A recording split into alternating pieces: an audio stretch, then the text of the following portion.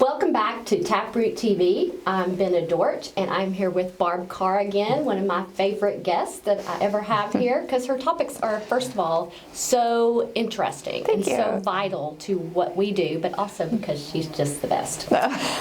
She is the co-author of this great book here, Evidence. I always have to read it, it's got such a long title. Evidence Collection and Interviewing Techniques to Sharpen Investigation Skills. Last time we got together, we talked about nonverbal communication, building rapport before an interview takes place, and this time the actual interview part, the kind of like, hey Barb, hi. I should build a little rapport with her right here and say hello, welcome. We are doing it. Thank you. But anyway, that's what we're talking about from last week. But this week, the next step is, you might think, is the getting your questions prepared and stuff like that, but prepping yourself to be a great listener. Yes, that's the number one skill that you need to be an effective interviewer, is to be an effective listener, and it's easier said than done. It is, and this is really hard for me this time, because now I'm going to be thinking about it the whole entire time. But it is critical, because if you're sitting there interviewing someone and you're not getting all the information, then it's great information down the tubes basically, and could really affect your investigation. So Barb has come up with a list. I have. We have a little inventory list to share with you today, and Benna and I are going to go through each of the items on the inventory list. There are about 8 items, and so we want you to evaluate along with us how good your listening skills are.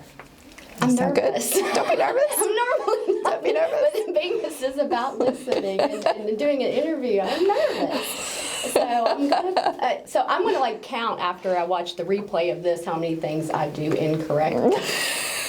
So anyway, number 1 on this awesome list that she's put together, and I did, when I read through this list, one of the things I thought about was, it's a good list to read through right before you do an investigation. Good reminders. Yes, just fine-tune your brain, and maybe use that rapport building time to practice the listening skills. Right. Yeah. That is time. The rapport building time is an opportunity to practice how the interview is going to go, because if you are not listening during rapport building, then your interviewee is not going to think that you're going to listen during the interview. So you're really teaching them at that point how this interview is going to go. Right. All right. Yeah. Well, number 1. All right. These are statements. These are I statements is what they are. I listen without interrupting or finishing another sentence. This is really hard. It is hard because I know it is for me, because when I hear something interesting, I want to jump in and find out more. So we've got to take a step back and just continue to listen so that you can get more information. Well, and you get real excited, and especially like when we sit in here, we get excited. We get on the same energy level, and when you're doing that, it's very hard to not jump in. It is. And this is such a critical.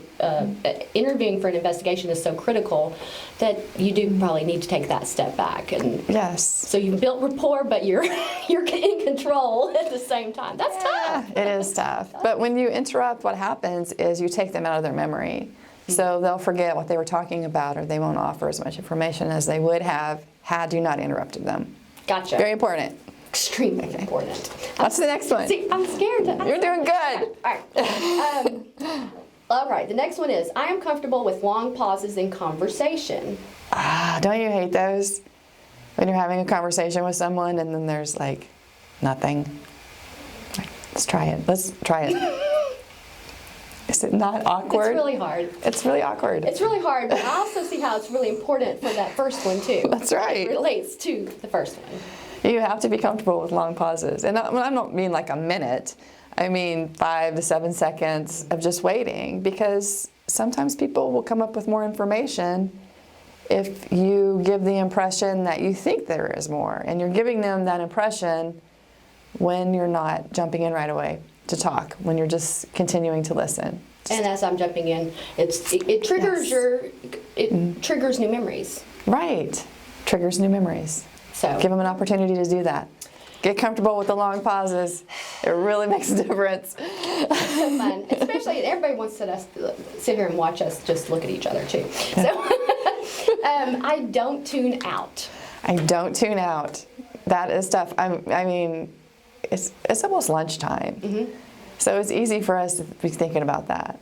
Like tuning out, we have to go through this inventory, but what's for lunch? Exactly. And the stomach's growling, and and tuning out can mean all kinds of different things depending on what's going on. I mean, you could hear something down the hallway that takes you briefly away. You tune out of this person, and you're over here, or you could, I mean, the mind goes 1,000 different directions all the time. Yeah. And it's really hard to keep that focus. So. And an interviewer, an investigator can also tune out when they hear something that doesn't align with their bias. Maybe the interviewer thinks that they know what happened.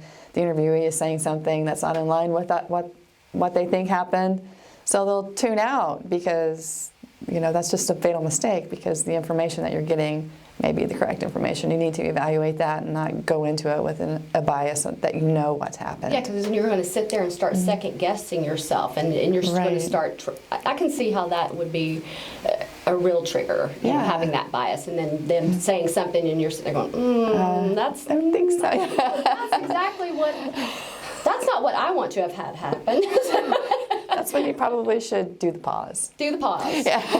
That should be like every other one of the practice the pause on, every other one. I avoid distractions while listening. And we've talked a little, you mentioned stuff going on down the hall, other distractions.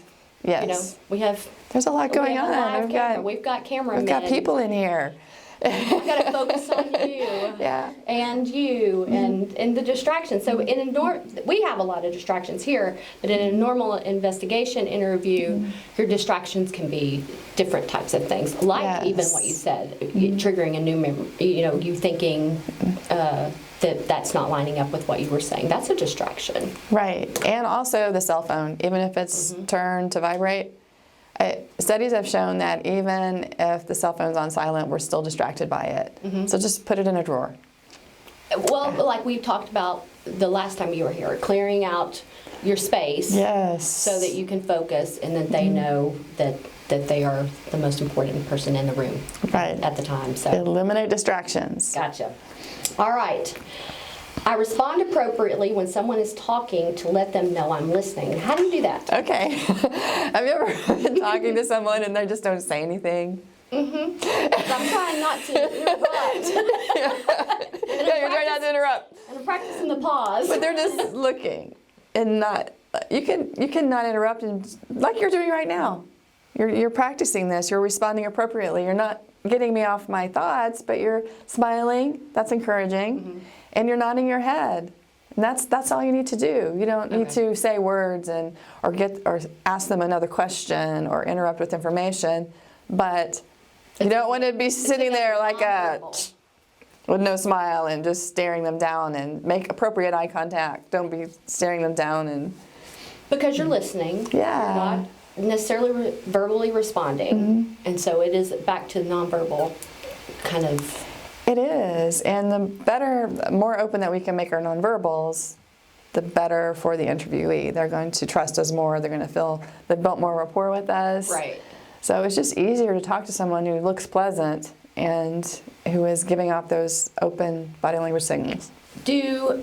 Is taking notes, is that responding positively or negatively? It can be a distraction. So that's why when you open the interview, you want to tell them. If it's just a one-on-one interview, I'm going to be taking notes, and then at the end of the interview, you can review them. So then they're not distracted by the notes, because they know they're going to have the final word on what those notes say. Right. And taking notes to me, I mean, like when we were saying avoid distractions, sometimes taking notes while you're sitting there trying to get that point down, you've missed possibly something that they have said. Yes, that is difficult. That's why a 2-on-1 interview can be good if you have the resources to do that, because one person can ask questions while another person can take notes, but that could be more intimidating for an interviewee to have 2 people sitting there. You have to really build that rapport and let them know that this is why we're doing it this way, because I really want to listen, and we have another person here that's going to take notes. And then again, you're going to be able to review those notes at the end of the interview. Are you allowed to do an audio tape? Well, that depends. You have to ask your HR and your legal Yeah. department. A lot of times, no. That you're not allowed to. So I could see that could be a distraction too, though. I think Yeah. it could be something that would maybe make someone hold stuff back yes. for fear of, well, what if it comes out wrong or Right. something like that. Yeah. Right. All right, let's see here. Did I do I am patient? Let's see. We did. Oh, you did respond appropriately. So now I am I patient. am Yeah. patient. I am patient. That's It really is. hard. That's really hard. Because I'm not. Yeah. I'm not. And also, Yeah. I could see in these kind of situations it being tough because you could have a lot of pressure on you. Yes. And you got to be under a time crunch that people are wanting answers. Mm-hmm. So you're sitting there, but you need to patiently listen, I'm supposing. Right. You do need to at least give off fake it until you make it. Then give off some patient listening nonverbals, because that's really going to be upsetting to an interviewee if they think that you're impatient with them. That's going to be sticking in their mind. Oh, they're not patient. I need to get through this interview as quickly as possible. That energy. Yeah. It can be all about energy. It is. It is about energy. Wow. All right. When someone is speaking, I am listening and not thinking of my next question. That is really tough, especially For you, For me. when you're doing these interviews on Facebook Live, Hey, exactly. Keep the ball rolling. you got to keep that going. But it's really important because you don't really know what your next question is going to be until you really hear what the interviewee has to say. You don't know the questions to ask. You shouldn't be going into an interview with a solid set of questions that you're going to ask and be done. Because if you're really listening, then that's going to change the course of your questioning, and you're going to get better quality and quantity of information by listening and then developing your questions based on that. I like that. I think that's really, really super important. And Yeah. that goes back, once you've built that rapport and you're listening great, and then you are having a conversation with the person as you're getting that information. Yeah. And that's more pleasant for everybody. Yes. And more relaxing for everybody, and hopefully the information will come out freer Yeah. through their mind. So, all right, let's see. We've talked about this last one a little bit. The nonverbal messages. Well, and in this last one of the things that I thought about was, because you were talking about not thinking about the next question, but also it could be reverse. Suddenly they say something that makes you revert to something they said earlier. Yes. And that can be just as distracting.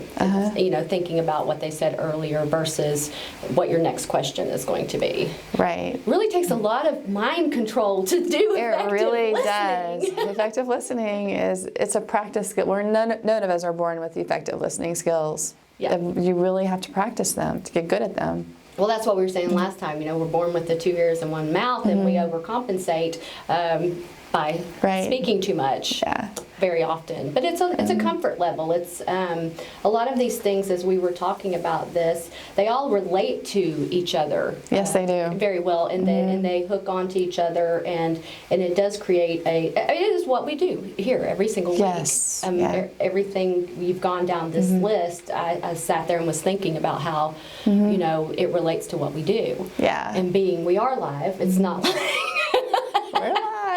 if my mind It's wanders, exciting. it's like I take a pause. I pause the conversation, Yeah. but no. And Well, I think I love that. I think what has really helped me with my nonverbal, getting better at my nonverbal messages, are watch these videos that we do here.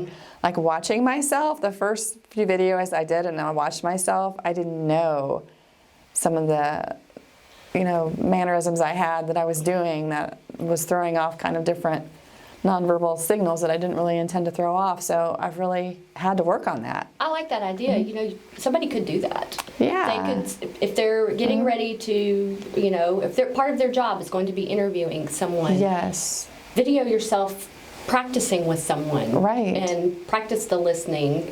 Everything we talk about generally in these sessions no matter what it is, it tends to go back to Yes. preparation. It does. Everything goes back to preparation and being ready, and that's a good idea. That's Practice makes perfect. what people need to get those little iPhones, set them up on their tripods, and video themselves. Yeah, every phone has video capabilities these days. It's easy to do. It's an easy thing to do, but you're not going to catch things just by thinking. You're going to have to really watch yourself, and the only way you can do that is if you video.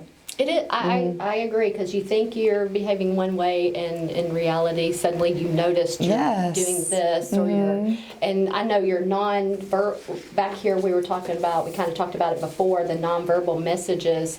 It's just like you've had another video where you did some stuff about this, and you know, whether it's you're sitting there nervously or all those little things say something to the person. That's they mess with you, because you're being aware of your nonverbal cues and theirs. Yes, that's right.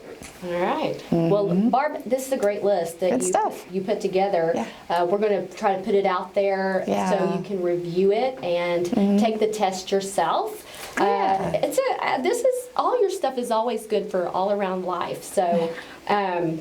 I highly recommend going through this checklist before you get into an important conversation with somebody. Yes. I'll put it on the blog. I'll link under this Facebook post. I'll link the blog post so people can go to it after we do this broadcast. Okay, sounds good. And we talked a lot about the video we did before. You can, we'll put a link to that. You can go back and see the nonverbal rapport building aspect if you missed that. Yeah. And Barb's book is available on the website. Go to taproot.com/store. And she also teaches a course. She can come on site and teach. You can get more information about that at info@taproot.com. Follow us on all of our social media platforms, because that's where all this content gets pushed out to on a daily basis. So we try to keep you as up to date as possible. So, and next week we'll be back here. I don't remember what we're talking about next week, but we'll let you know. We'll let you know.